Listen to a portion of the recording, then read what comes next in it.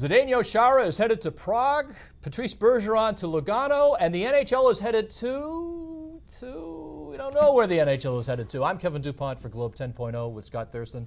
Scott, where's it headed? It looks to me like it's going to be a very long lockout. There's going to be a lot of great hockey played in Europe this year. Yeah. That's all I can say. And we get to see some on ESPN. You bet. You bet. The Russian League and everything. Yeah. I think this is headed for a long, long time. Yeah. I think they could lose the season. I really do. When the stars of the league get the message that, you should start looking at your options, that to me is a sign. And I have to tell you, going into this, I just thought because of what happened last time, that the philosophical difference, if you will, got spanned, and that the cap got implemented. So when I heard the NHL came out hard over the summer, I said, something, they're just going to dial these numbers. This will get done. Right. But you know what? Here we are. Bruins should be opening a week from tomorrow night in Philadelphia, and it's all still rhetoric. You know what was the change for me, though, Kev? When Donald Fehr got involved as the head of the players' union. He's a hardliner, and he wasn't going to, allow the players, to take a discount or not to get their fair share. Yeah. And I think he's going to dig in,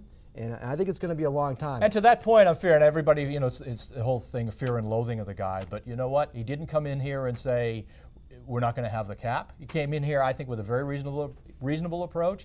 He's talking about revenue sharing among the owners. Clearly, they don't really care about that. What they care about is taking a bigger chunk of money out of it. So even the teams that don't make much money, they can walk with something. Right. I don't see that there's much egalitarianism among the owners. No, I'm on the player side in this one. And why do the large market teams go along with this? Why does the Boston and the Phillies and the Chicagos go along with this? Well, I think they're going along with it because they're leading the agenda. I think the Hawks, I think the big teams, it's a great question.